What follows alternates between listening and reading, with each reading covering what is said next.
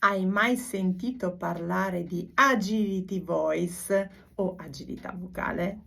L'agilità vocale è la capacità di muovere la voce rapidamente e con precisione tra diverse note. Sviluppare questa abilità è fondamentale per affrontare passaggi musicali veloci e ornamentazioni, ovvero i famosi melismi. Livello 1, quindi esercizi base. Scale semplici a velocità moderata con la la la. La la la la la la la la la la la la la la. La la la la la la la la la la la la la. La la la la la la la la la la la. La la la la la la la la. La la la la la la la la. La la la la la la la.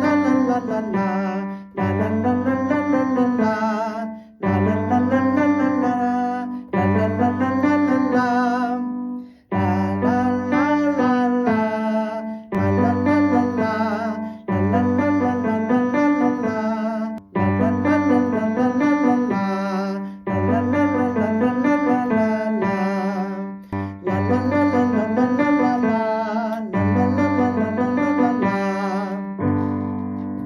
Giocare un po' sulla scala maggiore. Ripetizione di note vicine con da da da. Da da da da da da da da da da da da da da da da da da da.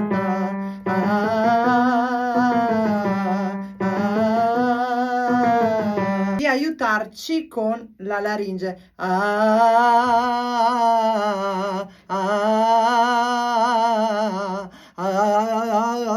C'è qualcuno che fa anche così. Vedete voi la posizione migliore. Pratica questi esercizi cominciando con un BPM intorno ai 60. Una nota per battito. Livello 2. Aumento della velocità. Le stesse note a 80 bpm. Arpeggi con ritmo puntato.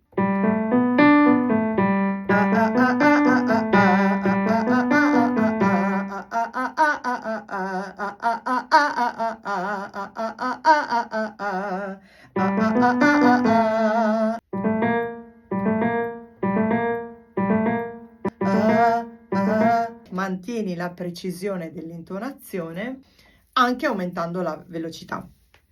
Livello 3. Pattern complessi.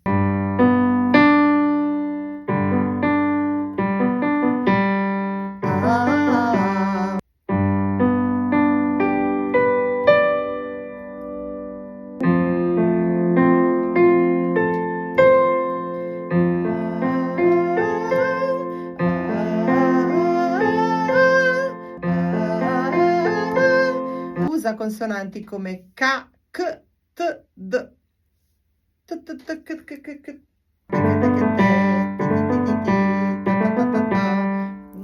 Questo aiuta molto l'articolazione.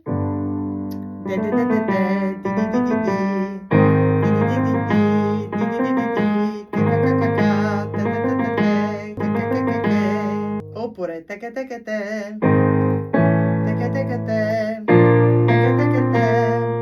oppure